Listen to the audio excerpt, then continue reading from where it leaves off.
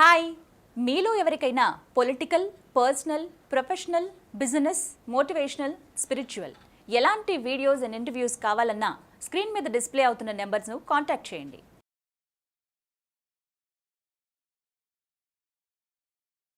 రామచంద్రమూర్తి గారు, సాధారణంగా ఇన్వెస్టింగ్ అనే పదాలు వింటూ ఉంటాం. అయితే ఈ మధ్య నేను ఒక కొత్త కాన్సెప్ట్ విన్నాను. Value investing. ఏంటి అసలు ఈ వాల్యూ ఇన్వెస్టింగ్ అంటే ఏంటి? దీనిని ఏ విధంగా అర్థం చేసుకోవాలి అంటారు? అండ్ దీనిలో ఏ విధంగా ఇన్వెస్ట్మెంట్ పెట్టాలి ఈ వాల్యూ ఇన్వెస్టింగ్ ద్వారా? నిజంగా సార్, ఇది వాల్యూ ఇన్వెస్టింగ్ అర్థమైతే మనం చాలామంది అంటాం కదా, దీనిలో కోట్లు సంపాదించాలి ఈ మార్కెట్లోనే. అది కోట్లు ఎలా సంపాదించాలో దానికి అదే వాల్యూ ఇన్వెస్ట్మెంట్.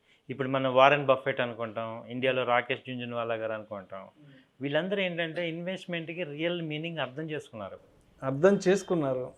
మనం అందరం ఏం చేస్తున్నాం అంటే మామూలు ఇన్వెస్ట్మెంట్ చేస్తున్నాం.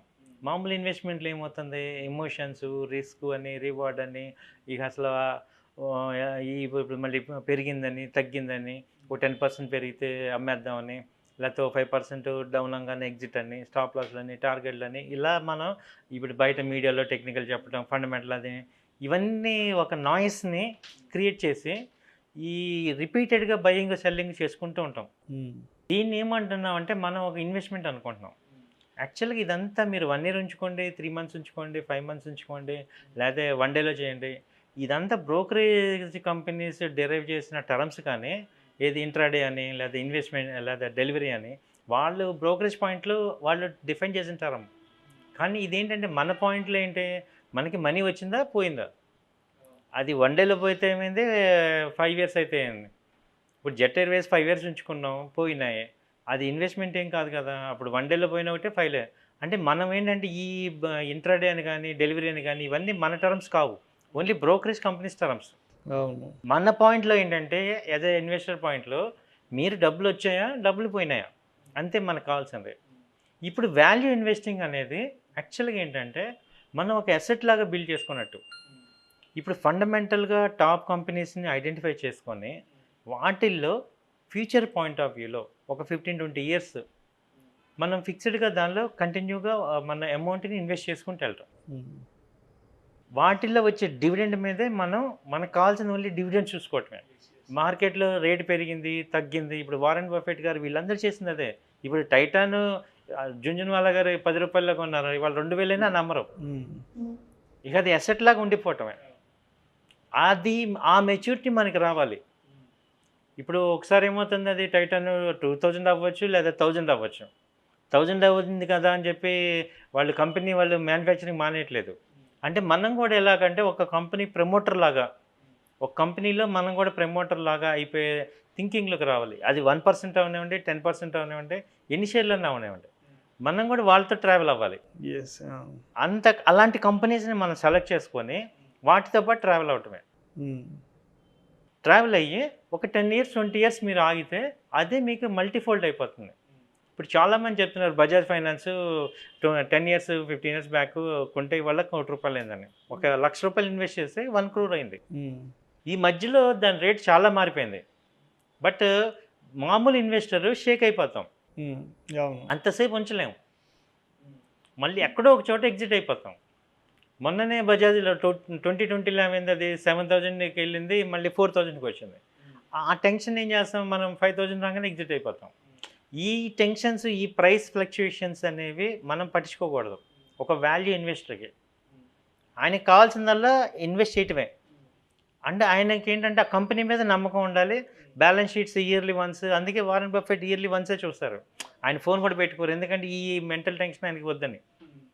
అలా మనం ఉంచుకోగలిగితే, మనం వాల్యూ ఇన్వెస్టింగ్ చేయగలిగితే మనకి అసలు ఎక్స్ట్రాడినరీ ప్రాఫిట్స్ ఇక్కడ వస్తాయి. సో దీన్ని వాల్యూ ఇన్వెస్టింగ్ అంటాం సార్. మామూలు ఇన్వెస్టర్ ఏంటంటే ఒక టైం హార్జిన్ ఉంటుంది ఆయనకి. వాల్యూ ఇన్వెస్టర్కి ఏంటంటే టైం హార్జిన్ ఉండదు, ఆయన కంపెనీ మీద ఇంపార్టెంట్. కంపెనీ ఫండమెంటల్స్ బాగున్నంత వరకు కంపెనీలో ఉండటం, ఒకసారి ఫండమెంటల్స్ బాగాలేదన్నప్పుడు ఎగ్జిట్ అవటం, అంతేగాని దాన్ని మళ్ళీ ఆ ఇన్వెస్ట్మెంట్ని డిస్టర్బ్ చేయరు. అలా మీరు కంటిన్యూగా చేసుకుంటూ వెళ్తే చాలామంది చాలా మల్టీఫోల్డ్ అయిపోయినాయి ఏది వాళ్ళ ఇన్వెస్ట్మెంట్స్.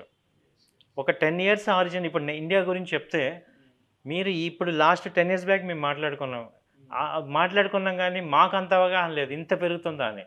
కానీ ఇవాళ వెరీ క్లియర్, ఇండియా ఇప్పుడున్న దానికన్నా నెక్స్ట్ 10 ఇయర్స్ తీసుకుంటే 3 ఫోల్డ్ అవుతుంది.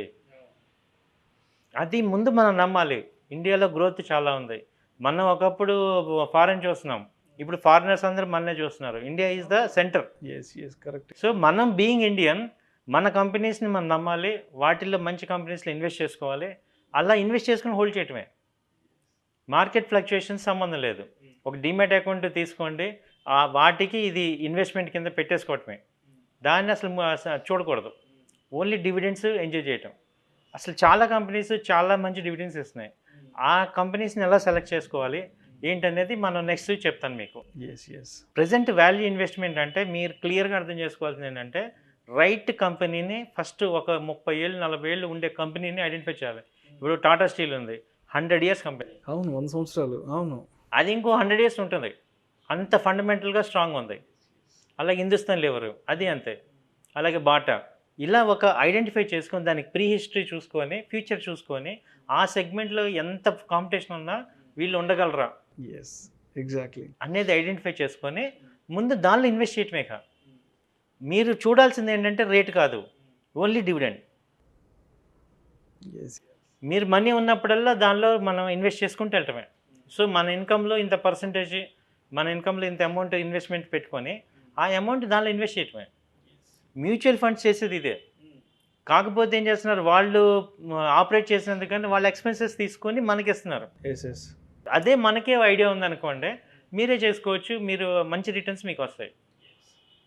సో ఇది వాల్యూ ఇన్వెస్టింగ్ సార్. అయితే రామచంద్రమూర్తి గారు, చాలామంది తెలుసో తెలియకో రకరకాల కంపెనీస్లో ఇన్వెస్ట్ చేసి నష్టపోతుంటారు. అండ్ ఇప్పుడు మీరు చెప్పిన ఈ వాల్యూ ఇన్వెస్టింగ్ ప్రకారం మరి మీలాంటి అనలిస్టులు మరి ఇటువంటి కొత్తగా మార్కెట్లోకి వచ్చే వాళ్ళకి ఎటువంటి జాగ్రత్తలు, ఎటువంటి సూచనలు చేస్తారంటారు? సార్ తప్పకుండానండి. ఇక్కడ మనము ఇవి స్టాక్ మార్కెట్కి వచ్చేటప్పుడు వచ్చే పర్సన్స్ అందరికి కూడా ఒక అన్సర్టనిటీగా ఉంటుంది. అసలు 1 డేలో చేయాలా, లేకపోతే ఎంతకాలం హోల్డ్ చేయాలి, ఎలా చేస్తే ఎలా వస్తుంది, మళ్ళీ ఇందులో రిస్క్లు ఏమున్నాయి, ఇవన్నీ ఒక అన్సర్టనిటీగా ఉంటుంది. దీన్ని ఏం చేయాలంటే, సర్టనిటీ చేయాలంటే మీకు ఒక గైడెన్స్ ఉండాలి.